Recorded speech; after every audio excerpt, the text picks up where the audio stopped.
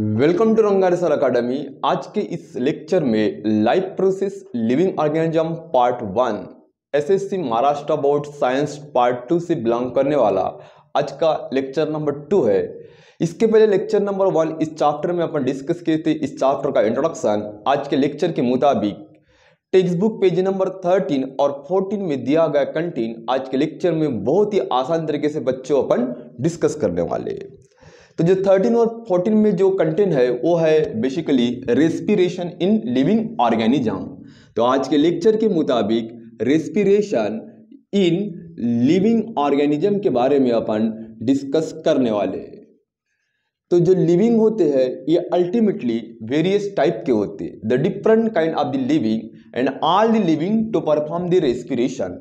तो ये जो लिविंग होते हैं ये प्लांट भी हो सकता है, लिविंग एनिमल के फॉर्म में होता है और लिविंग अल्टीमेटली माइक्रो ऑर्गेनिज्म भी हुआ करता है। तो इन लिविंग के अंदर रेस्पिरेशन एक बेसिक प्रोसेस होती है।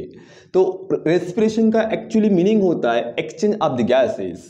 तो ये जितने भी लिविंग होते हैं ये गैसेस को अल्टीमेटली अपने अंदर सराउंडिंग और अपने बॉडी के अंदर एक्सचेंज करते, exchange of the gases, exchange of gases, इसी को बोलते हैं अपन रेस्पिरेशन। और लिविंग के अंदर रेस्पिरेशन जो होता है ये बेसिकली 2 टाइप का होता है। The respirations in a living organism it can be basically 2 different वे।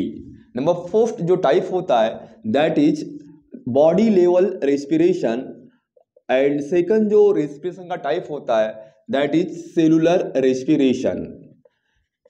अब जो सेलुलर रेस्पिरेशन होता है ये बेसिकली 2 टाइप का हो सकता है। The cellular respiration basically 2 type. Number first A ultimately aerobic respiration हो सकता है, सेकंड ए एनाएरोबिक रेस्पिरेशन हो सकता है। 2 तरीके से ये रेस्पिरेशन हुआ करता है, बॉडी लेवल के कोई टाइप नहीं है। अब यहाँ पे आपको रेस्पिरेशन पढ़ने के लिए सिलेबस में वहाँ पे एक सिंपल ह्यूमन रेस्पिरेटरी सिस्टम की डायग्राम दी है। अब एक्चुअली बॉडी लेवल रेस्पिरेशन क्या होता है, सेलुलर क्या होता है, इस सबको अपन डिटेल में पढ़ने वाले। लेकिन आपके सिलेबस में एक छोटी सी डायग्राम दी है और वहाँ पे आपको बोला गया लेबलिंग कीजिए, नाम लिखिए। तो ऐसे आपको 2 मार्क के लिए क्वेश्चन पूछेगा, draw the well label structure of the human respiratory system. नहीं तो पूरा ऑलरेडी स्ट्रक्चर आपके क्वेश्चन के अंदर ड्रा किया रहेगा, उसको आपको नाम रखना है। तो यहाँ पे अपन सिलेबस के माध्यम से ह्यूमन रेस्पिरेटरी सिस्टम के डायग्राम अपन यहाँ पे डिस्कस करने वाले। ह्यूमन रेस्पिरेटरी सिस्टम, तो ह्यूमन रेस्पिरेटरी सिस्टम के अंदर वेरियस ऑर्गन आते हैं और उन ऑर्गन से सिस्टम डेवलप हुआ है।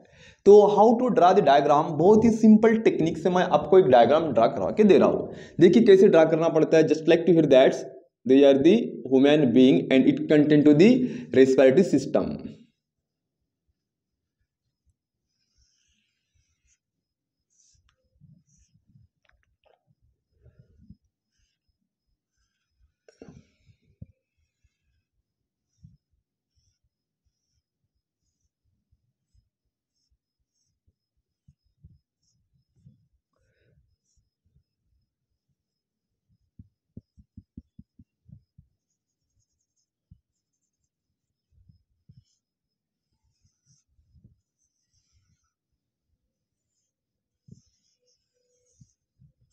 Human respiratory system. ओके, अब यहाँ पे आपको इसकी लेबलिंग करना है। तो इस सिस्टम में जो फर्स्ट ऑर्गन होता है इसको हम बोलेंगे नोज। सेकंड ऑर्गन जो होता है that is the pharynx. Third organ जो आता है that is the larynx. Then third जो होता है आपको एक पाइप लाइक स्ट्रक्चर दिखेगा और इसके अंदर कार्टिलेज होते हैं, इसको अपन क्या बोलेंगे, ट्रैकिया। और ट्रैकिया की यहाँ पे फर्दर 2 ब्रांचिंग हुई तो इसको अपन अल्टीमेटली ब्रोंकी बोलेंगे। ब्रोंकी की फर्दर ब्रांचिंग हुई तो ये बन के निकला ब्रोंकियोल्स। और ब्रोंकियोल के बाद जो पार्ट होता है ये होता है alveoli.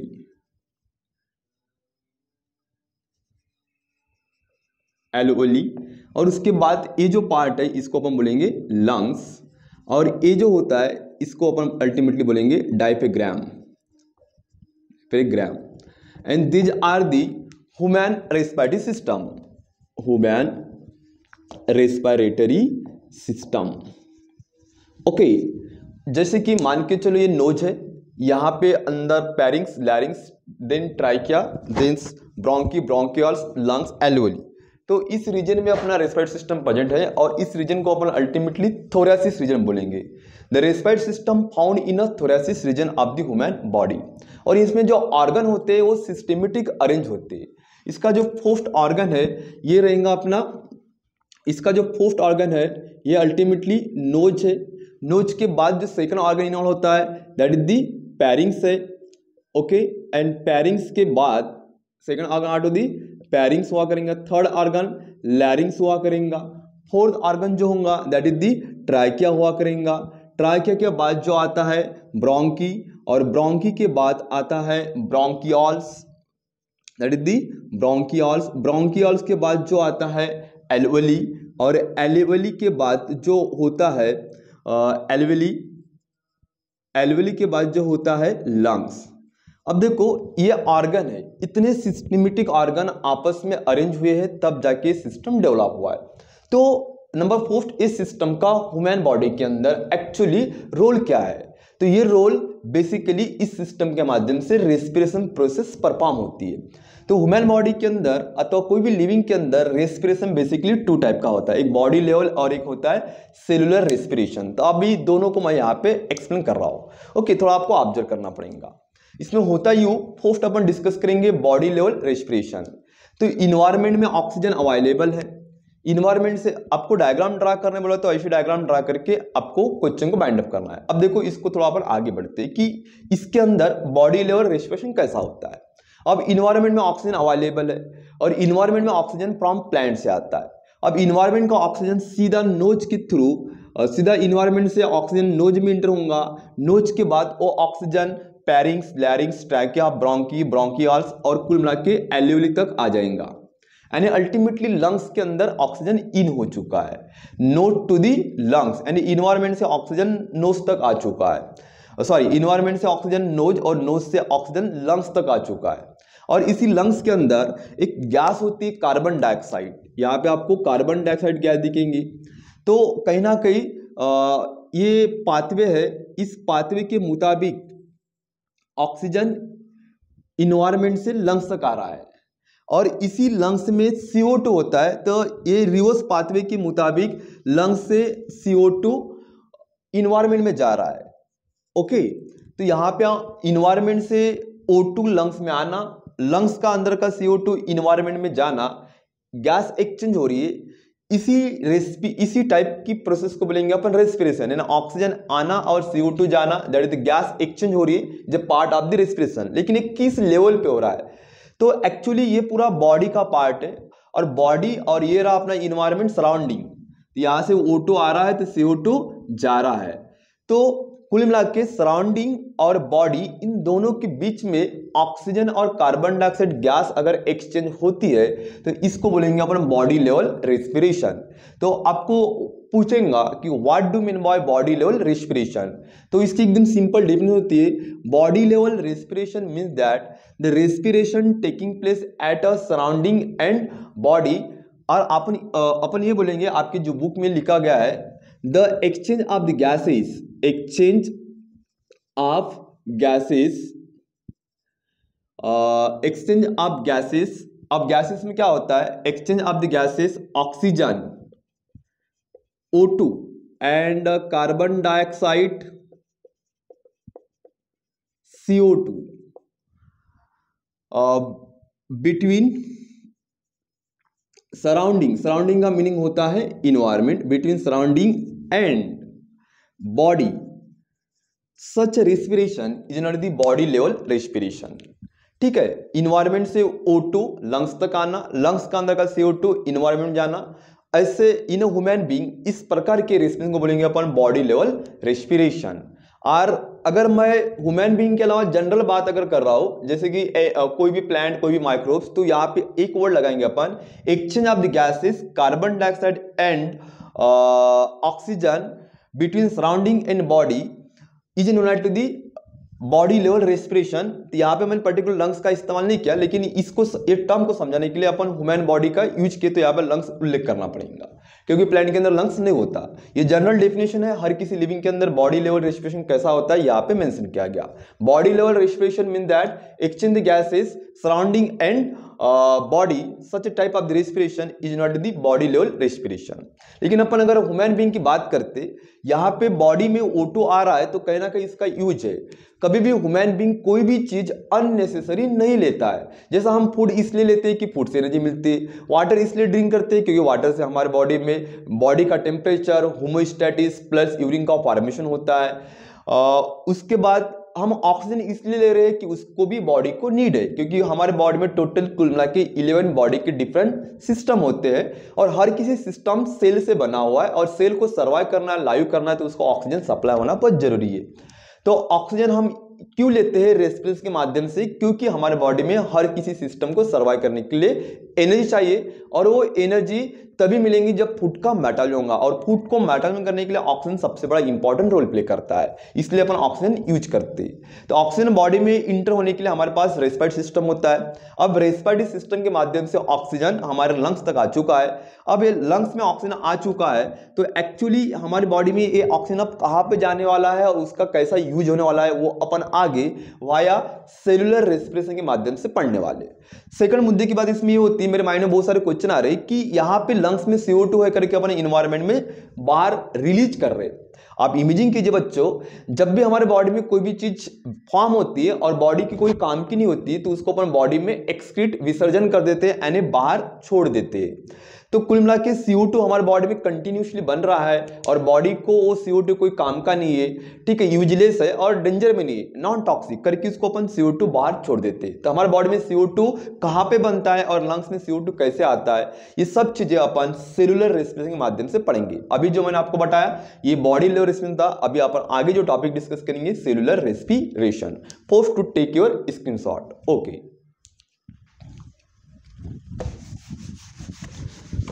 so now doing about follow the cellular respiration।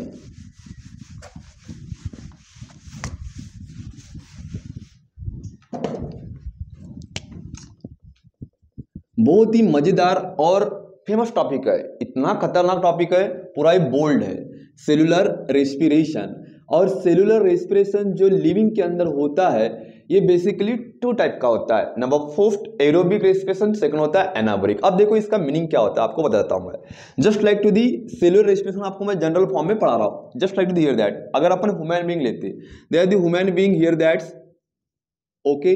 अब आप इमेजिन कीजिए इस ह्यूमन बीइंग के अंदर आपको अलग अलग डिफरेंट सिस्टम दिखेंगे।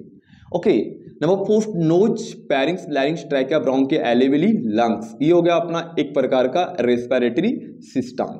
ओके, तो इसमें अपन ऑक्सीजन नोज से इन्वायरमेंट से ऑक्सीजन नोज और कहाँ पे आ चुका है, हमारे लंग्स में आ चुका है और लंग्स के अंदर CO2 अवेलेबल है। ये CO2 लंग्स से इन्वायरमेंट में जा रहा है तो इसको बोलेंगे अपन बॉडी लेवल रेस्पिरेशन। फिर ये O2 बॉडी में आ चुका है, इसका रोल क्या है, तो इसी बॉडी के अंदर एक सेकंड सिस्टम होता है that is the digestive system. अब डाइजेस्टिव सिस्टम में दैट इज दी माउथ आएगा, बकल कैविटी, देन पैरिंग्स, उसके बाद जो आता है इसोफेगस और ये आपको स्टमच दिखेगा। स्टमच के बाद यहाँ पे स्मॉल इंटेस्टाइन, देन यहाँ पे आपको कुल मिला के लार्ज इंटेस्टाइन होते दिखेंगे। तो इस सिस्टम में अल्टीमेटली हम जो फूड ईट करते हैं ये फूड्स बॉडी में डाइजेस्ट सिस्टम के माध्यम से इंटर होता है और फूड आपको यहाँ पे डाइजेस्ट सिस्टम में दिखेगा। अब ये जो है अल्टीमेटली स्टमच है, ये अल्टीमेटली ऑर्गन है और ऑर्गन जो बनता है कुल मिला के टिश्यू से बनता है। तो ऑर्गन के अंदर टिश्यू है और टिश्यू कहीं ना कहीं सेल से बना हुआ है, तो कहीं ना कहीं ये ऑर्गन के अंदर टिश्यू है, टिश्यू के बाद सेल है और हम जो फूड ईट करते हैं हमारे बॉडी के सेल लेवल में इंटर होता है। तो लेट कंसिडर ये ऑर्गन की सेल है। अब इस यहाँ पे just like to here that ये अपना ऑर्गन है और ऑर्गन के अंदर अपना ये सेल है और इस सेल के अंदर फूड इंटर हो चुका है। तो होता यूं, क्योंकि यहाँ पे जो फूड इंटर हो चुका है ये फूड को मेटाबॉलिज्म करने के लिए we can see need of the oxygen gas. तो अब ऑक्सीजन कहाँ पे आ चुका है, लंग्स में आ चुका है। अब लंग्स का ऑक्सीजन डाइजेस्ट सिस्टम में इंटर होने के लिए यहाँ पे आपको ह्यूमन हार्ट और यहाँ पे कुल मिला के क्या दिखेगा, ब्लड वेसल, और ब्लड वेसल के माध्यम से ब्लड फ्लो होता है, और यहाँ पे जो O2 है ये O2 ब्लड में मिक्स होगा। O2 वाला ब्लड हमारे हार्ट में आएगा, हार्ट से O2 वाला ब्लड हमारे डाइजेस्ट सिस्टम की तरफ आएगा। ब्लड में से जो ब्लड जो O2 गैस लेके आ रहा है, तो ब्लड में से O2 निकल के फूड के साथ कंबाइन होगा, और फूड के साथ कंबाइन होने के बाद फूड का एक्चुअली मेटाबॉलिज्म होगा, और फूड का मेटाबॉलिज्म होने के बाद यहाँ पे फूड से सेल को एनर्जी मिलेंगी in the form of ATP, plus यहाँ पे कार्बन डाइऑक्साइड प्लस वाटर यहाँ पे फॉर्म होगा। ओके, कुछ ऐसे लिविंग दिखे, यानी ये जो सेल में जो रेस्पिरेशन हो रहा है, यहाँ पे इस सेल में जो रेस्पिरेशन हो रहा है, एक्चुअली यहाँ पे फूड का मेटाबॉलिज्म करने के लिए ऑक्सीजन इन्वॉल्व हुआ, और इससे CO2 प्लस वाटर का फॉर्मेशन हुआ। ओके, और यहाँ पे क्या मिल चुकी है, एनर्जी मिल चुकी है। तो यहाँ पे ऑक्सीजन आ रहा है और CO2 बाहर जा रहा है। ओके, अब ऐसे भी कुछ लिविंग होते हैं, उनके अंदर सेल होती है, सेल के अंदर फूड होता है। ओके, और ये फूड का मेटाबॉलिज्म ऑक्सीजन के एब्सेंस में होता है। तो ऑक्सीजन के एब्सेंस में होता है तो इस फूड का जो वेस्ट प्रोडक्ट बनेगा CO2 प्लस यहाँ पे इथेनॉल का फॉर्मेशन होता है। तो देखिए, अगर यहाँ पे आप देखोगे तो ये अल्टीमेटली सेल है, और ये भी अल्टीमेटली सेल है। तो ये सेल भी रेस्पिरेशन कर रहा है, ये भी सेल रेस्पिरेशन कर रहा है, लेकिन इस सेल में रेस्पिरेशन ऑक्सीजन के प्रेजेंस में हो रहा है, इस सेल में रेस्पिरेशन ऑक्सीजन के एब्सेंस में हो रहा है। यहाँ पे O2 आ रहा है तो CO2 जा रहा है, यहाँ पे ओनली CO2 बाहर जाएगा। ठीक है, तो ये सेल लेवल पे अगर रेस्पिरेशन होता है, अब रेस्पिरेशन ये बॉडी सिस्टम लेवल पे नहीं हो रहा है, अब रेस्पिरेशन इस सेल लेवल पे हो रहा है, क्योंकि ब्लड से O2 सेल में आ रहा है और इसी CO2 ब्लड के थ्रू बाहर जा रहा है। ठीक है ना, O2 आ रहा है और CO2 जा रहा है एट अ सेल लेवल। तो कोई सेल लेवल पे रेस्पिरेशन होता है, उसको अपन अल्टीमेटली सेलुलर रेस्पिरेशन बोलेंगे। और ये सेलुलर रेस्पिरेशन दो तरीके का होता है। एक कंडीशन अगर लगाया तो एरोबिक बोलेंगे अपन, these are the aerobic cellular respiration, क्योंकि यहाँ पे रेस्पिरेशन एयर के प्रेजेंस में हो रहा है। एरोबिक का मीनिंग होता है एयर बोले तो ऑक्सीजन के प्रेजेंस में अगर रेस्पिरेशन हो रहा है, यहाँ पे ऑक्सीजन के प्रेजेंस में फूड डाइजेस्ट हो रहा है, तो उसको बोलेंगे अपन एरोबिक रेस्पिरेशन। और यहाँ पे ऑक्सीजन के एब्सेंस में हो रहा है, विदाउट ऑक्सीजन, विथ ऑक्सीजन यानी विथ एयर, और ये विदाउट ऑक्सीजन है, यानी इसका मीनिंग ये क्या हो गया, एनाबोरिक रेस्पिरेशन। तो दोनों में अगर आप वर्ड देखोगे तो बहुत सिंपल और बेसिक डिफरेंस है। यहाँ पे भी एरोबिक है, यहाँ पे भी एरोबिक है, लेकिन आगे एना लगा है। तो एन का मीनिंग होता है निगेटिव, यानी अब्सेंट दी एयर। यहाँ पे एक्चुअली एनाबोरिक में अब्सेंस रहेगा एयर, एयर के अब्सेंस में बनाते हैं विदाउट एयर, एयर के प्रेजेंस में बनाते हैं विथ एयर। तो दोनों टाइप का रेस्पिरेशन लिविंग परफॉर्म करता है, और ये respiration is not a perform body level, ये रेस्पिरेशन हो रहा है सेल के लेवल में। तो इस प्रकार के रेस्पिरेशन को बोलेंगे अपन सेलुलर रेस्पिरेशन। और ह्यूमन बॉडी के अंदर सेलुलर रेस्पिरेशन करने के लिए सबसे बड़ा इंपॉर्टेंट रोल प्ले होता है cardiovascular system and respiratory system, क्योंकि रेस्पिरेटरी सिस्टम में ऑक्सीजन आ चुका है, इसका ऑक्सीजन सेल में आना चाहिए, तो इसके लिए हमारे पास CVS होता है, कार्डियोवास्कुलर सिस्टम, जिसको अपन बोलेंगे सर्कुलेटरी सिस्टम। यहाँ का ऑक्सीजन ब्लड में मिक्स होगा, ऑक्सीजन ब्लड हार्ट में आएगा, हार्ट से सेल में आएगा, सेल में O2 मिलेगा, CO2 फॉर्म होगा, CO2 फिर से ब्लड में मिक्स होके लंग्स में आएगा, और लंग्स से इन्वायरमेंट। तो ये था अपना अल्टीमेटली एक सेल लेवल पे होने वाला रेस्पिरेशन। तो अपन इसको भी इन्वॉल्व करेंगे और इसको भी इन्वॉल्व करेंगे। तो अपन यहाँ पे बोलेंगे यू कि what do mean bye cellular respiration. Okay, आपको यहाँ पे थोड़ा सा समझना है। देखिए, बहुत ही आसान तरीके से अपन डिस्कस करेंगे। सेलुलर रेस्पिरेशन एकदम सिंपल है। The respiration taking place at a cell level.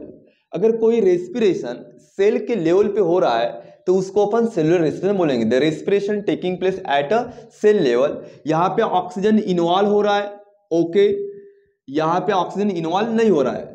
The respiration taking place at a cell level with or without, जो आपके बुक में दिया गया उसके मुताबिक हो रहा। विद बोले तो ऑक्सीजन होना, और विदाउट बोले तो ऑक्सीजन नहीं होना। With or without oxygen, with or without oxygen is known at to the cellular respiration.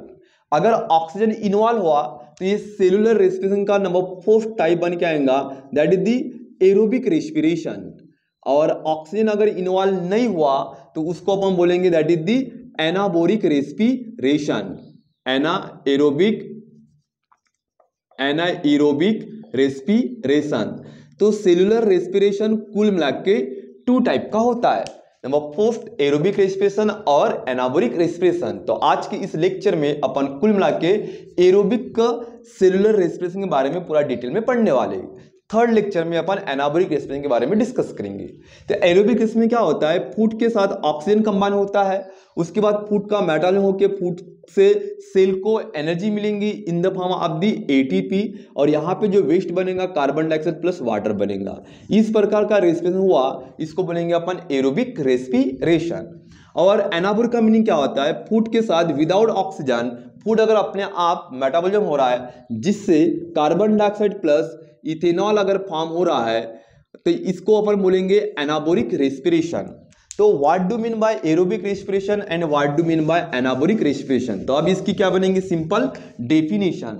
तो what is meaning of aerobic respiration, the aerobic respiration in presence of air, ये air in presence of air, ये air के presence में respiration होता है जिससे food से CO2 plus water form होता है। Anaerobic respiration means in absence of air, ये एयर के अब्सेंस में होता है, इन अब्सेंस ऑफ एयर, जिससे फूड का मेटाबॉलिज्म होने के बाद CO2 प्लस क्या बनता है, ethanol.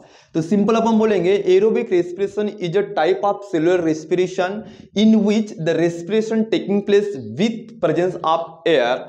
Okay, according to this respiration food get oxidize, food के साथ ऑक्सीजन कम हो रहा है, फूड का क्या हो रहा है, oxidize, food get oxidize to make up CO2 plus water, such respiration means that to the aerobic respiration.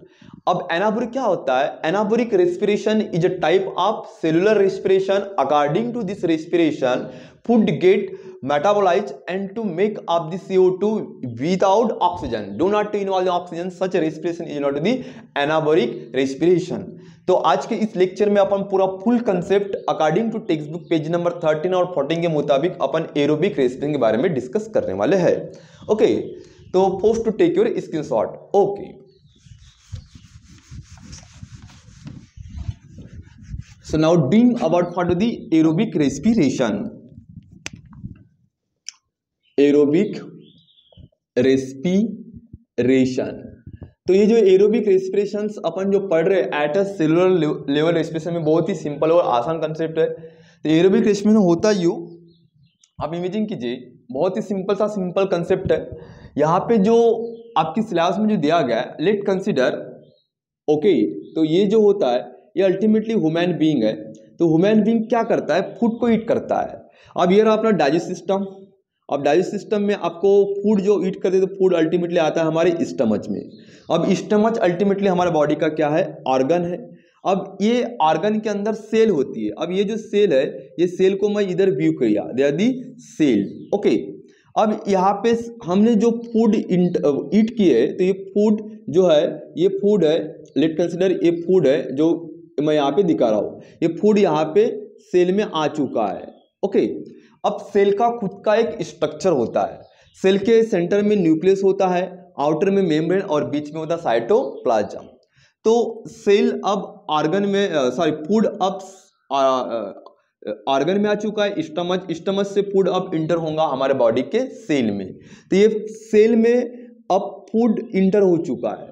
Food में बेसिकली जो हम फूड ईट करते हैं, ये फूड में मैंने आपको लेक्चर नंबर 1 में पूरा बता दिया था। इस फूड के अंदर अल्टीमेटली जो होते हैं ये न्यूट्रिएंट हुआ करते हैं, और फूड के अंदर न्यूट्रिएंट ये बेसिकली 2 टाइप के होते हैं। First is the macro nutrient and second are the micro nutrient. Macro nutrient यानी ऐसे न्यूट्रिएंट जो फूड के अंदर बहुत ज्यादा अमाउंट होते हैं, जैसे कि first is the carbohydrate, second is the protein and third are to the lipids. जो माइक्रो न्यूट्रिएंट होते हैं ये होते हैं बेसिकली विटामिन। ओके, तो फूड जो हमने लिए है तो उसमें माइक्रो न्यूट्रिएंट में कार्बोहाइड्रेट, प्रोटीन और लिपिड, इनमें से मैं एरोबिक रेस्पिरेशन जो दिया गया हमारे कार्बोहाइड्रेट के ऊपर ज्यादातर उसने एक्सप्लेन किया गया है। ओके, तो यहाँ पे फूड के अंदर लेट कंसिडर कार्बोहाइड्रेट है। जब कार्बोहाइड्रेट डाइजेस्ट सिस्टम में आता है और कार्बोहाइड्रेट का जब ब्रेकिंग होगा तो कार्बोहाइड्रेट से कहीं ना कहीं ग्लूकोज का फॉर्मेशन होगा। यानी कार्बोहाइड्रेट का मेटाबॉलिज्म होने के बाद ग्लूकोज रिलीज होता है, क्योंकि कार्बोहाइड्रेट के अंदर होता है पॉलीसैकेराइड स्टार्च, और स्टार्च जब भी ब्रेक होता है तब ग्लूकोज फॉर्म करता है। यहाँ पे ग्लूकोज बनेंगे और ग्लूकोज का एरा फार्मूला C6H12O6। अभी ग्लूकोज का अपने आप मेटाबॉलिज्म होगा ऑक्सीजन के प्रेजेंस में, तो यहाँ से 6 molecule CO2 plus 6 molecule of water form होंगे और यहाँ से क्या मिलेंगी, एनर्जी मिलेंगी। इसी को बोलते हैं एरोबिक सेलुलर रेस्पिरेशन। ओके, तो कुल मिला के ये जो रेस्पिरेशन हो रहा है ये स्टमच के सेल लेवल पे हो रहा है, तो इसको बोलेंगे अपन सेलुलर रेस्पिरेशन, और ये ऑक्सीजन के प्रेजेंस में हो रहा है तो करके इसको बोलेंगे अपन एरोबिक रेस्पिरेशन। तो यहाँ पे अपन सिंपल बोलेंगे, what is meaning of aerobic respiration? Respiration taking place, respiration in presence of air, in presence of air, air बोले तो गैस, ऑक्सीजन गैस के प्रेजेंस में हो रहा है तो इसको अपन एरोबिक रेस्पिरेशन बोलेंगे। हमने जो फूड ईट करे वो फूड के अंदर कार्बोहाइड्रेट है, बेसिकली कार्बोहाइड्रेट जब भी टूटेगा अपने अंदर तो कार्बोहाइड्रेट से बनता है ग्लूकोज, और ये रहा ग्लूकोज का फार्मूला C6H12O6। इसको अपन अल्टीमेटली क्या बोलेंगे, ग्लूकोज बोलेंगे। ये एयर के प्रेजेंस में यहाँ पे 6 मॉलिक्यूल अपन ऑक्सीजन कंबाइन करेंगे, 6 molecule of the O2, air के प्रेजेंस में ये अपने अंदर ब्रेक होगा तो इससे बॉडी में 6 molecule carbon dioxide plus 6 molecule water form होंगे, एज वेल एज यहाँ से एनर्जी मिलेंगी। अब एनर्जी जो मिलती है ये बेसिकली 2 टाइप की मिलती है, डायरेक्ट एनर्जी और एक इनडायरेक्ट, तो एनर्जी यहाँ पे फॉर्म होगी। ओके, और इसी प्रोसेस को बोलते हैं अपन अल्टीमेटली एरोबिक सेलुलर रेस्पिरेशन। तो ये जो है ये अल्टीमेटली अपनी एक प्रकार की सेल है, और ये सेल के अंदर ये एक रिएक्शन होती है।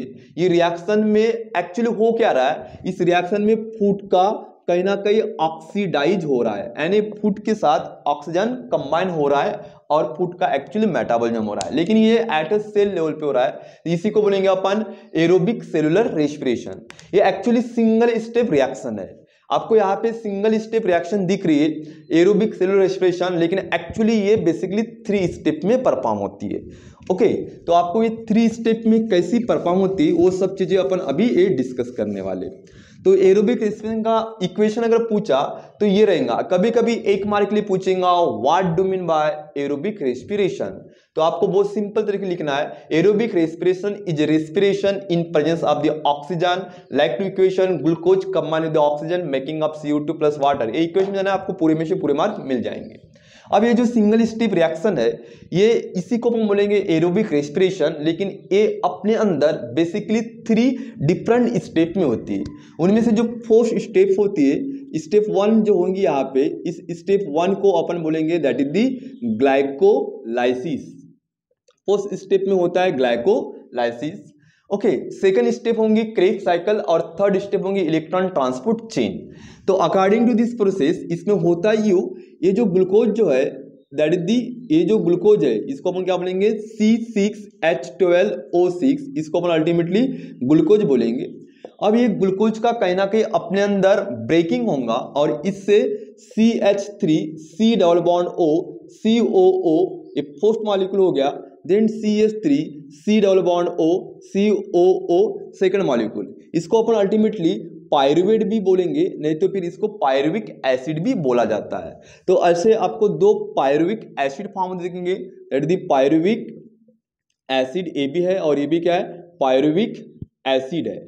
तो जब ग्लूकोज अपने अंदर ब्रेक होता है तब यहाँ पे 2 मॉलिक्यूल पायरुविक एसिड बनेगा, ये फर्स्ट पायरुविक एसिड हो गया और ये अपना ये सेकंड। तो ये जो पायरुविक एसिड होता है, एक सिंगल पायरुविक एसिड के अंदर आपको यहाँ पे 3 कार्बन दिखेंगे, 1 2 एंड 3।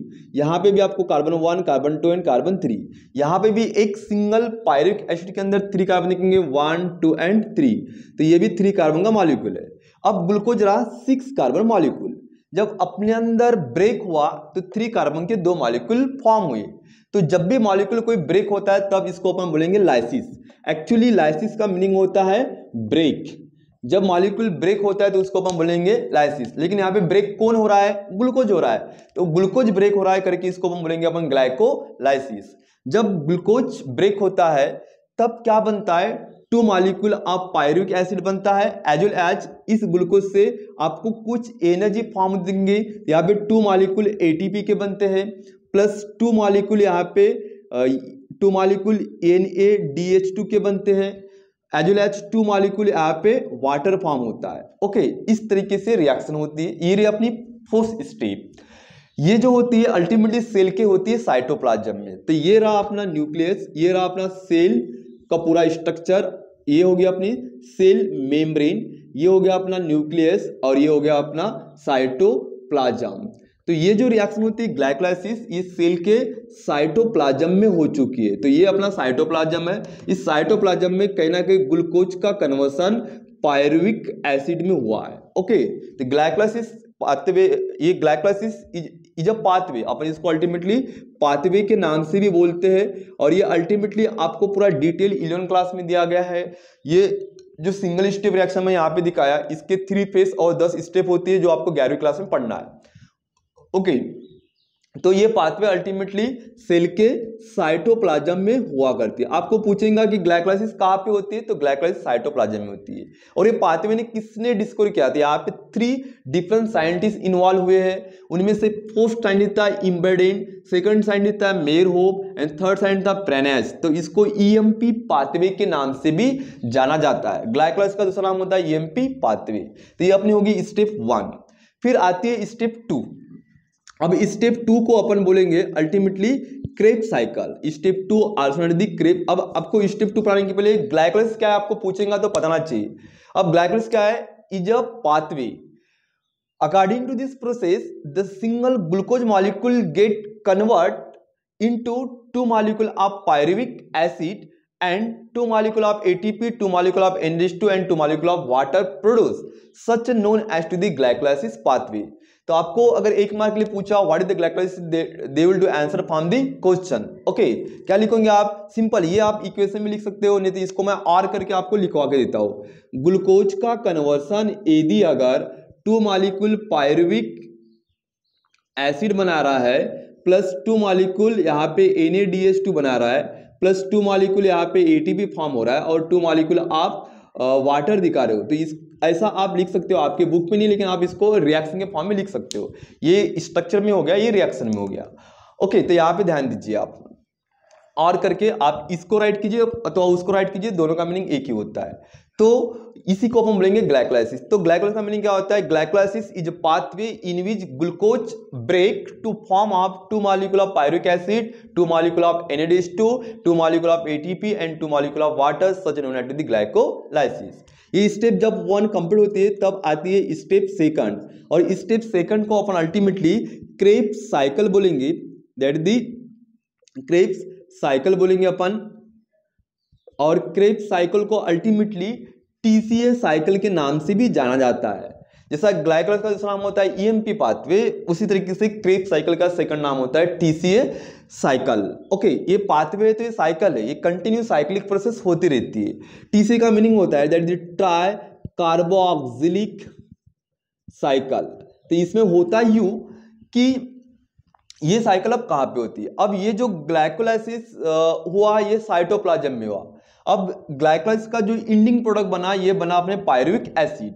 तो अब ये पायरुविक एसिड का कहीं ना कहीं अब अपने अंदर ब्रेकिंग होगा और इससे कुल मिला के एसिटिल कोए फॉर्म होते हैं। तो ये पायरुविक एसिड बन के अब कहाँ पे अवेलेबल है, साइटोप्लाज्म में, और इसी सेल के अंदर होता है माइटोकॉन्ड्रिया।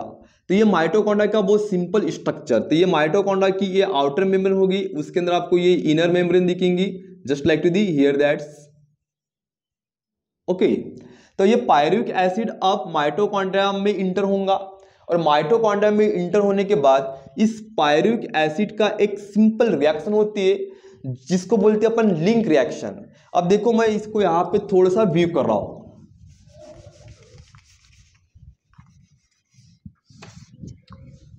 ओके, तो यहाँ पे क्या हुआ, ये जो पायरुविक एसिड बन चुका है, मैं किसी 2 में से एक को ले रहा हूं, जैसे कि CH3 C double bond O COO। अब इसका होता है ऑक्सीडेशन डीकार्बोक्सिलेशन, एक रिएक्शन है जो अपन लिंक रिएक्शन बोलते हैं। तो इसमें से डीकार्बोक्सिलेशन का मीनिंग होता है लॉस ऑफ CO2। यहाँ से CO2 अब रिमूव हो जाएगा तो बचेगा क्या, CH3 C double bond O, और इसी के साथ यहाँ पे H कोए ऐड होगा, इसी को बोलते हैं अपन एसिटिल कोए, और ये होता है अपना लिंक रिएक्शन। जैसा ग्लाइकोलाइसिस के माध्यम से पायरुविक एसिड बना, तो ये दोनों के दोनों पायरुविक एसिड साइटोप्लाज्म फॉर्म हुए वाया ग्लाइकोलाइसिस। तो साइटोप्लाज्म से पायरुविक एसिड सीधा इंटर होंगे माइटोकॉन्ड्रिया में, और माइटोकॉन्ड्रिया में इंटर होने के बाद माइटोकॉन्ड्रिया के अंदर पायरुविक एसिड का एक लिंक रिएक्शन के मुताबिक एसिटिल कोए फॉर्म होगा। तो एक पायरुविक एसिड एसिटिल कोए बनेगा, दूसरा भी पायरुविक एसिड क्या बनेगा, एसिटिल कोए। जब पायरुविक एसिड से एसिटिल कोए बनता है तब यहाँ पे ऑक्सीडेशन और डीकार्बोक्सिलेशन इन्वॉल्व होता है। उसके बाद ये जो एसिटिल कोए बन चुका है, ये एसिटिल कोए से फिर अपना स्टार्ट होगा क्रेब्स साइकिल। तो क्रेब्स साइकिल भी यहाँ माइटोकॉन्ड्रिया में होगा, क्योंकि माइटोकॉन्ड्रिया में क्या बन चुका है, पायरुविक एसिड से एसिटिल कोए। तो ये एसिटिल कोए का फर्दर क्या होगा, क्रेब्स साइकिल। तो जब क्रेब्स साइकिल होती है तो ये जो एसिटिल कोए जो बन चुका है CH3 डबल बॉन्ड OS कोए, ये जो बन चुका है इसको अपन अल्टीमेटली एसिटिल कोए बोलेंगे। और ये एसिटिल कोए का अपने अंदर एक साइक्लिक प्रोसेस के मुताबिक वाया क्रेब्स साइकिल के मुताबिक यहाँ पे carbon dioxide plus water form होते दिखेगा। और इसमें से आपको एक सिंगल क्रेब्स साइकिल के मुताबिक यहाँ पे NaDH2 बनते दिखेंगे 3 मॉलिक्यूल, प्लस यहाँ पे APDH2 फॉर्म होते हुए दिखेगा, देन यहाँ पे ATP फॉर्म होते दिखेगा। ओके, तो यहाँ पे एक सिंगल क्रेब्स से 3 NaDH2 सिंगल APDH2 बनता है एक, और सिंगल ATP बनता है। ओके, और जब ये लिंक रिएक्शन होती है तब यहाँ पे एक क्या बनता है, NaDH2 बनता है। ओके, इतना आपको ध्यान में रखना है। तो अब यहाँ पे देखिए ग्लूकोज से स्टार्ट किया, CO2 वाटर बना है। यहाँ पे भी ग्लूकोज से स्टार्ट करके CO2 प्लस वाटर फॉर्म हुआ, लेकिन ये सिंगल स्टेप है। तो यहाँ पे पहली स्टेप फॉर्म हुई ग्लाइकोलाइसिस, जिससे ग्लूकोज का कन्वर्सन पायरुविक एसिड में होता है। देन सेकंड स्टेप होंगे क्रेब्स साइकिल। अब क्रेब्स साइकिल का एक्चुअली मीनिंग क्या होता है, क्रेब का मीनिंग होता है when acetyl CoA undergoes to the break to form CO2 and water. Acetyl CoA का CO2 और वाटर में फॉर्म हो रहा है, and to formation of NaDH2, APDH2, ATP, and this reaction taking place in a mitochondria of the matrix, such known as the Krebs cycle। Krebs में acetyl CoA का CO2 में convert होना, इसको अपन क्रेब साइकिल बोलेंगे। Glycolysis का meaning होता है ग्लूकोज का कन्वर्सन पायरुविक एसिड में होना। अब इसमें क्या होता है, ग्लूकोज से हमको तो मिल रही है एनर्जी, लेकिन एनर्जी हमको दो प्रकार से मिलती है ग्लूकोज से। अब जहां पे डायरेक्ट एटीपी बना तो हमारे लिए एनर्जी डायरेक्ट एनर्जी है, लेकिन यहाँ पे NaDH2 फॉर्म होते हुए दिखेगा ग्लाइकोलाइसिस में। इवन लिंक रिएक्शन में आपको NaDH2 फॉर्म होते दिख रहा है। इवन आपको क्रेब्स साइकिल में भी क्या बनते हुए दिखेगा, NaDH2 as well as APDH2। अब NaDH2 और APDH2 ये इनडायरेक्ट एनर्जी है। अब इन इनडायरेक्ट एनर्जी, ये इनडायरेक्ट मॉलिक्यूल से अपन को डायरेक्ट एनर्जी फॉर्म करना है, यानी एक सिंगल NaDH2 कुल मिला के 3 ATP फॉर्म कर सकता है, और एक सिंगल APDH2 कुल मिला के 2 ATP फॉर्म करता है। तो यहाँ पे ग्लाइकोलाइसिस, लिंक रिएक्शन और क्रेब्स साइकिल के माध्यम से जो NaDH2 बन चुके हैं उससे ATP फॉर्म करवाना है। तो इसके लिए आएंगे स्टेप 3। स्टेप 3 को हम बोलते हैं electron transport chain, electron transfer chain. Answer the electron transfer chain. और ये इलेक्ट्रॉन ट्रांसपोर्ट चेन ये अल्टीमेटली हमारे माइटोकॉन्ड्रिया में होती है, क्योंकि क्रेब्स साइकिल कहाँ पे हो चुकी है, Krebs cycle taking place in a mitochondria. Okay, तो ये इलेक्ट्रॉन ट्रांसपोर्ट चेन हमारे माइटोकॉन्ड्रिया में बनेंगी, क्योंकि इधर ही NaDH2 APDH2 अवेलेबल है। तो electron transport chain taking place in a mitochondria. जब माइटोकॉन्ड्रिया में इलेक्ट्रॉन ट्रांसपोर्ट चेन जब होती है तो इस चेन के मुताबिक एक सिंगल NaDH2 से 3 ATP बनेंगे और सिंगल APDH2 से 2 ATP बनेंगे। ये था अपना एक पूरा एरोबिक रेस्पिरेशन। तो aerobic respiration step 1 glycolysis, step 2 Krebs cycle, step 3 electron transport chain. Okay, first to take your screenshot. Okay, अब देखिए इसको थोड़ा सा मैं यहाँ पे थोड़ा आपको माइटोकॉन्ड्रिया का स्ट्रक्चर लेके मैं आपको पढ़ा रहा हूँ।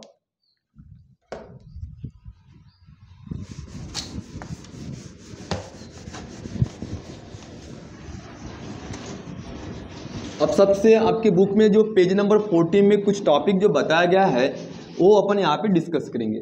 तो पेज नंबर 14 में क्या दिया गया है, एक सिंपल माइटोकॉन्ड्रिया दिया गया। तो ये हो गया आपका माइटोकॉन्ड्रिया का simple structure. Mitochondria basically 2 layer से बनती है। ये जो लेयर है ये अपनी आउटर लेयर है, इसको फिर से अपन ड्रा करेंगे।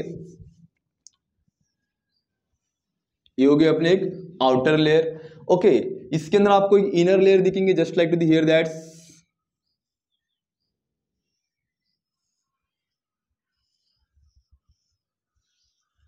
ओके।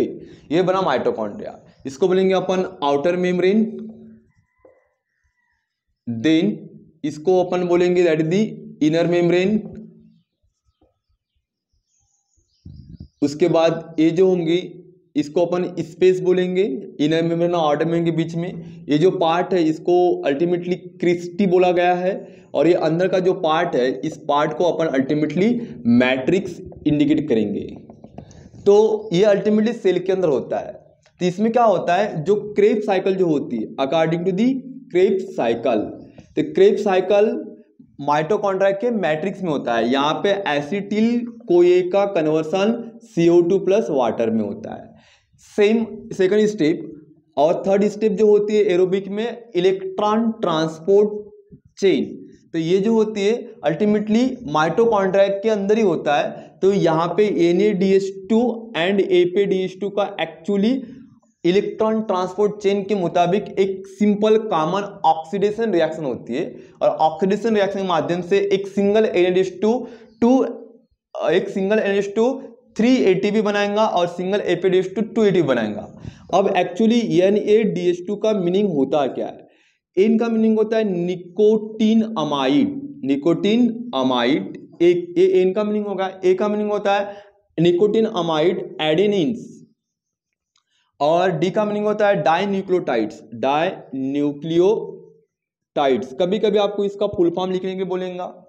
और APDH2 का मीनिंग होता है that is the A means flavin, A means adenine and D means dinucleotides. तो यहाँ पे NADH2 APDH2 क्रेब के माध्यम से बन चुके, जो लिंक रिएक्शन के माध्यम से भी NADH2 बना वो भी इधर अवेलेबल है, ग्लाइकोलाइसिस में भी NADH2 बना वो भी यहाँ पे अवेलेबल है। ओके, तो होता यूं कि इससे अब ATP फॉर्म होने वाली है। तो single one NADH2 to making of 3 molecule of adenosine triphosphate. आपको पूछेगा कि एक NADH2 कितना ATP बनाता है, तो 3 बनाता है। एक सिंगल FADH2 कितना ATP बनाएगा, तो अल्टीमेटली 2 ATP बनाता है। लेकिन इससे ATP रिलीज करवाना है, इसके लिए इस NADH2 और APDH2 के ऊपर एक ऑक्सीडेशन रिएक्शन होंगी। वाया ऑक्सीडेशन रिएक्शन के माध्यम से NADH2 और APDH2 ATP फॉर्म करता है, और ये ऑक्सीडेशन रिएक्शन एक चेन के माध्यम से होती है जिसको बोलते हैं इलेक्ट्रॉन ट्रांसफर चेन। इस इलेक्ट्रॉन ट्रांसफर चेन में ऑक्सीडेशन रिएक्शन होती है, और ऑक्सीडेशन रिएक्शन के माध्यम से एक सिंगल NADH2 और सिंगल APDH2 एक सिंगल NADH2 3 ATP बनाएगा और सिंगल APDH2 2 ATP बनाएगा। ओके, अब जब कंप्लीटली ये इलेक्ट्रॉन ट्रांसपोर्ट चेन होती है तो सिंगल एक ग्लूकोज मॉलिक्यूल 38 ATP बनाता है। तो आप force to take your screenshot. अब मैं 38 ATP का आपको बता रहा हूं कैलकुलेशन।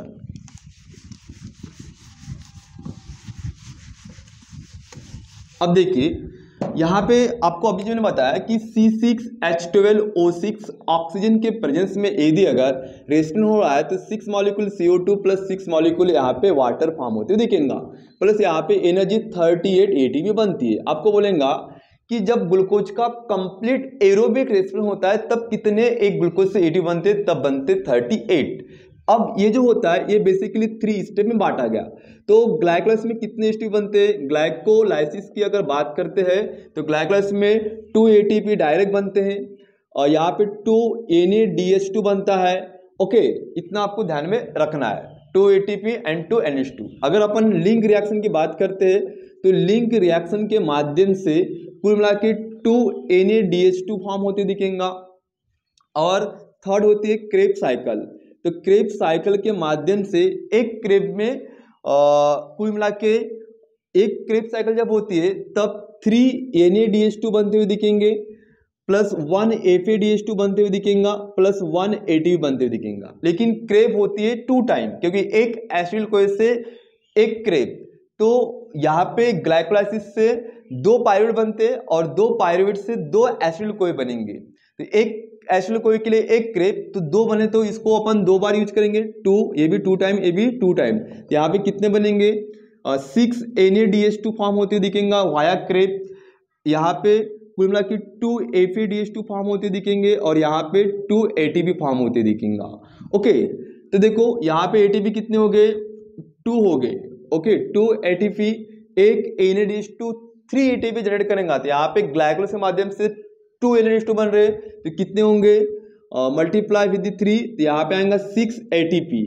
तो ओवरऑल ग्लाइकोलाइसिस के माध्यम से 2 + 6 आपको 8 ATP फॉर्म होते हुए दिखेंगे। लिंक रिएक्शन में क्या होता है, यहाँ पे एक NADH2 2 ATP फॉर्म होते करेंगे, तो यहाँ पे 2 NADH2 होने से कितने ATP बनेंगे, 6 ATP बनेंगे। 6 ATP we can form via link reaction. अब क्रेब की बात करते, एक NADH2 सॉरी क्रेब में 6 NH2 बनाता है, तो एक NH2 3 बनाएंगे तो 6 कितने बनाएंगे, 18 ATP। ओके, एक FADH2 2 ATP बनाता है, तो 2 कितने बनाएंगे, 4 ATP, और ये 2 जैसे के वैसे, तो ये होगा अपना 2 ATP। अब इसका अगर सम करते तो वाया क्रेब साइकिल 18 + 4 22 एंड 2 यहाँ पे ऐड किया तो ये बनेगा 24, तो 24 ATP यहाँ पे अब फॉर्म हो रही है। ओके, तो ओवरऑल कितने हो गए, 8 + 6, यहाँ पे ग्लाइकोलाइसिस के माध्यम से 8, लिंक के माध्यम से 6 और क्रेब के माध्यम से 24, 8 + 6 आपको यहाँ पे देखो, ये 24 + 6 कितने हो गए, 30, 24 + 6 30 और 30 + 8 ये होगा 38 ATP। आपको कभी कभी पूछेगा कि एरोबिक में क्रेब के मुताबिक टोटल ATP कितने बनते हैं, 24, देन लिंक के माध्यम से 6 और ग्लाइकोलाइसिस से बनते 8। तो ये था अपना एक कैलकुलेशन कि कितने ATP फॉर्म होते हैं। अब अपन ये डिस्कस करेंगे कि ATP is a source of energy. जब भी ग्लूकोज का मेटाबॉलिज्म होता है तो ग्लूकोज से हमारे बॉडी को एनर्जी मिलती है, और एनर्जी जो मिलती है वो ATP के फॉर्म में मिलती है। Force to take your screenshot. Okay, अब यहाँ पे देखिए अपन एक छोटा सा टॉपिक डिस्कस कर रहे हैं कि ATP से एनर्जी क्यों मिलती है। तो ATP का खुद का एक फुल फॉर्म होता है, ATP सोर्स ऑफ एनर्जी होती है, इसको करेंसी ऑफ सेल बोला जाता है। एडिनोसिन ट्राइफॉस्फेट, ATP का मीनिंग होता है एडिनोसिन ट्राइफॉस्फेट। ATP में एनर्जी फॉस्फेट के फॉर्म में होती है। तो यहाँ पे A का मीनिंग होता है दैट इज दी एडिनोसिन। अब एक्चुअली एडिनोसिन का मीनिंग क्या होता है, एडिनोसिन बेसिकली 2 वर्ड से बना है। फर्स्ट यहाँ पे आएगा एडिनिन प्लस यहाँ पे आएगा पेंटोज शुगर, एडिनिन प्लस यहाँ पे जो इन्वॉल्व हुआ ये पेंटोज शुगर। एडिनो का मीनिंग होता है एडिनिन, ओसिन का मीनिंग होता है पेंटोज शुगर। तो ये रही आपकी एक pentose sugar, just like the here that is the pentose sugar. Carbon number ये जो होगा carbon number 1, carbon number 2, carbon number 3, carbon number 4 और कार्बन नंबर 5, CH2OH, ये आपका हो गया ultimately pentose sugar, OH and again to the H। Okay, अब क्या होता है, ये अपना पेंटोज शुगर हो गया। अब इसका कार्बन नंबर का यहाँ पे मैंने एडेनिन लगा दिया। एडेनिन बोले तो एक उसका ये स्ट्रक्चर हो जाएगा just like the here that's.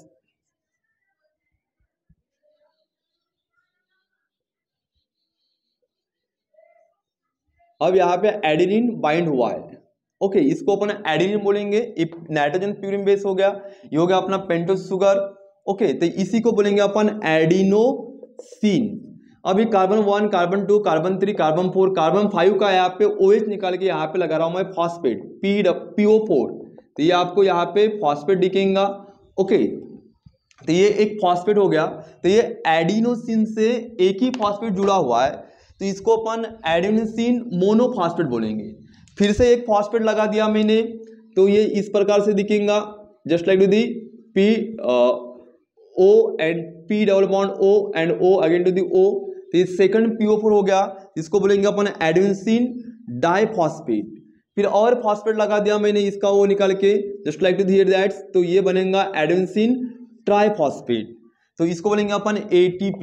तो होता यू, ये था अपना एक ATP का एक सिंपल मीनिंग। इसको लेंगे अपन adenosine triphosphate. Adenine plus pentose sugar से बनता है एडिनोसिन। आपको कभी कभी पूछेंगे what is meaning of adenosine. Adenosine is a complex mixture of pentose sugar with the adenine. Okay, अब इस एडेनिन से डिपेंड करेगा कितने फॉस्फेट बाइंड हुए। तो इससे अगर मान के चलो लेट कंसिडर 3 फास्फेट फॉर्म हुए तो एडेनोसिन ट्राइफॉस्फेट, 2 फॉर्म हुए तो एडेनोसिन डाइफॉस्फेट और 1 बना तो एडेनोसिन मोनोफॉस्फेट। सर ये एटीपी को एक करेंसी आप एनर्जी क्यों बोला गया, क्योंकि एटीपी एनर्जी क्यों देता है, तो एटीपी के स्ट्रक्चर में ये जो फॉस्फेट के जो बॉन्ड होते हैं, ये फॉस्फेट के बॉन्ड के अंदर ही क्या होती है, एनर्जी होती है। तो होता ही यूँ कि ये अपनी आपके बुक में ऐसे एक बैटरी दिया गया और यहाँ पे ऐसा ड्रा किया गया और इसको ऐसा डॉट करके इसको बोला गया दैट दी 100%, नीचे में यहाँ पे 100% अपन लगा देते हैं अपने तरफ से। अब क्या होता है, ये एटीपी हो गया। एटीपी से जब सेल एनर्जी यूज करेंगे तो एटीपी अपने अंदर ब्रेक होगा, तो इसमें क्या होता है, ये वाला बॉन्ड जो है ये ब्रेक हो जाएगा। जब ब्रेक होगा तो क्या बनेगा, ये जैसा का वैसा होगा, यानी ये हो गया आपका पेंटोस शुगर, थोड़ी देर के मान के चलो ये हो गया अपना पेंटोस शुगर, यहाँ पे एडेनिन, यहाँ पे कितने फॉस्फेट है, 1 2 3, इन 3 फॉस्फेट में से ये PO4 एक जैसा का वैसा है, सेकंड PO4 जैसा का वैसा है, एक फॉस्फेट ये निकल गया, इसको बोलते हैं इनऑर्गेनिक फॉस्फेट। और ये इनऑर्गेनिक फॉस्फेट जब एटीपी से निकलेगा तो ये इनऑर्गेनिक फॉस्फेट ही एनर्जी है और हमारे बॉडी को एनर्जी फॉस्फेट के फॉर्म में यूज होती है। तो एटीपी से क्या बना, आप ये रहा आपका एडेनोसिन और इसके पास रहा 2 फॉस्फेट, क्योंकि 3 फॉस्फेट में से एक फॉस्फेट रिमूव हो गया तो बचा 2 फॉस्फेट, इसको लेंगे अपन ADP प्लस IP। तो ये एटीपी जब एनर्जी देता है तो फॉस्फेट के फॉर्म में फॉर्म होती है। तो अब बैटरी से, अब ये बैटरी को मैं आपको 10% दिखा रहा हूँ, यानी कुल मिला के यहाँ पे 100 से डायरेक्ट 10% हुई, यानी 90% यहाँ से बैटरी लूज हो चुकी है। यानी यहाँ की बैटरी, जब बैटरी देखो आप मोबाइल को चार्ज करते हो वहाँ पे 100% बैटरी होती है, जब यूज करते हो तो वो कम हो जाती है। तो एटीपी यानी 100%, ये बना आपका ADP यानी 10%, यानी एटीपी से क्या बना आपका ADP। तो इसने क्या किया, एक्चुअली फॉस्फेट रिलीज किया, यहाँ पे बनेगा इनऑर्गेनिक फॉस्फेट। तो एटीपी हमारे बॉडी में एनर्जी फॉस्फेट के फॉर्म में देता है, इतना आपको ध्यान में रखना है। ओके, और फॉस्फेट इस पर ये रहा अपना एक एटीपी का सिंपल स्ट्रक्चर और एटीपी से मिलने वाले एनर्जी। अब देखो आगे आपकी बुक में और एक टॉपिक दिया गया छोटा डायग्राम। अभी कभी कभी क्या होता है, अगर अपन फास्टिंग कंडीशन उपवास कर लेते हैं और हंगर कंडीशन, जब अपन को बहुत ज़्यादा भूख लगती है लेकिन खाना नहीं होता, उस कंडीशन में हमारे बॉडी में कार्बोहाइड्रेट ग्लूकोज नहीं होता, तब हमारे बॉडी को जब एनर्जी चाहिए तब हमारे बॉडी में जो स्टोरेज प्रोटीन और लिपिड होता है उससे बॉडी को क्या मिलेंगे, एनर्जी मिलेंगी। अब देखिए इन कंडीशन आप, अब यहाँ पे आपका ध्यान देना पड़ेगा, जो छोटा टॉपिक है टेक्स्ट बुक पेज नंबर 14 में, इन केस आप the hunger condition, hunger and fasting condition में, जब फास्टिंग कंडीशन होती है और हंगर कंडीशन होती है, उस केस में हमारे बॉडी में ग्लूकोज इंटर नहीं होता, तो उस समय हमारे बॉडी में स्टोरेज प्रोटीन होता है और सेकंड क्या होता है, लिपिड्स होता है। तो प्रोटीन का जब ब्रेकिंग होता है तो इससे हमारे बॉडी में अमीनो एसिड फॉर्म होते हैं, और लिपिड का अगर ब्रेकिंग हुआ तो इससे हमारे बॉडी में फैटी एसिड फॉर्म होंगे। और इन अमीनो एसिड और फैटी एसिड्स, अमीनो एसिड जब मेटाबॉलिज्म होगा तो इससे भी क्या बनेगा, एसिटिल कोए बनेगा। लिपिड का भी मेटाबॉलिज्म, फैटी एसिड का जब मेटाबॉलिज्म होगा तो इससे भी क्या बनेगा, एसिटिल कोए। और एसिटिल कोए एक बार अगर बन गया तो इसके ऊपर क्या बनेंगी, क्रेब्स साइकिल हुआ करेंगी, और जब क्रेब्स साइकिल जब होंगी तो इससे हमारे बॉडी में क्या बनेगा, CO2 प्लस वाटर, और यहाँ पे क्या मिलेंगी, एनर्जी मिलेंगी। ये रिएक्शन तभी काम करती है जब हमारे बॉडी में कार्बोहाइड्रेट इंटर नहीं होता हंगर और फास्टिंग कंडीशन में, तब हमारे बॉडी में स्टोरेज प्रोटीन और लिपिड होता है, उसके मुताबिक हमारे बॉडी को एनर्जी मिलती रहती है। ओके, तो ओवरऑल अगर आप पेज नंबर 50 में देखोगे तो चार्ट दिया गया है aerobic respiration of the protein, carbohydrate and lipids, तो वो अपन डिस्कस कर रहे हैं। ठीक है, तो यहाँ पे छोटा सा टॉपिक है, 2 मिनट का पार्ट रहेगा, आपको आगे देखना पड़ेगा। That is the aerobic respiration of protein, carbohydrate and lipid. अब ये चार्ट का मैं आपको पढ़ा रहा हूं मीनिंग, ध्यान दो। ये अगर क्या हो गया आपका कार्बोहाइड्रेट हो गया, तो कार्बोहाइड्रेट का अगर एरोबिक रेस्पिरेशन हो रहा है तो उससे क्या बनेगा, ग्लूकोज बनता है, और ग्लूकोज एरोबिक मतलब ग्लूकोज बनेगा, और ग्लूकोज का क्या होता है, ग्लाइकोलाइसिस जब होता है तो इससे बनते पायरुवेट। ओके, और इससे बनेगा पायरुविक एसिड, अभी आपको अपन पढ़ेज और पायरूवेट का अगर लिंक रिएक्शन हुआ तो बनेगा acetyl CoA to making of the acetyl CoA via link reaction. और इस एसिटिल कोए का अगर क्रेब्स साइकिल अगर हुआ तो क्रेब्स साइकिल के माध्यम से यहाँ पे क्या बनेगा CO2 प्लस H2। अगर कार्बोहाइड्रेट है एरोबिक चल रहा है, लेकिन प्रोटीन है तो प्रोटीन से क्या बनेंगे, इस साइड में आपके, हाँ इधर क्या लिखा गया, प्रोटीन का अगर फास्टिंग कंडीशन है, हंगर कंडीशन, बॉडी में कार्बोहाइड्रेट नहीं होता, तब क्या करूँगा, प्रोटीन से बनेंगे अमीनो एसिड्स। और इसी अमीनो एसिड का फर्दर अगर मेटाबॉलिक प्रोसेस हुआ तो इससे बनेगा एसिटिल कोए, और एसिटिल कोए से फिर से क्या बनेगा, क्रेब्स साइकिल। अगर लिपिड्स है तो लिपिड्स का अगर मेटाबॉलिज्म हुआ तो क्या बनेगा, फैटी एसिड फॉर्म होगा। ओके, और फैटी एसिड का अगर ब्रेकिंग हुआ तो उससे बनेगा एसिटिल कोए, और एसिटिल कोए से फिर से बनेंगे क्रेब्स साइकिल। ये था ओवरऑल और for the aerobic respiration for lipid, carbohydrate and protein. Okay, sufficient for today. Thank you for watching my video.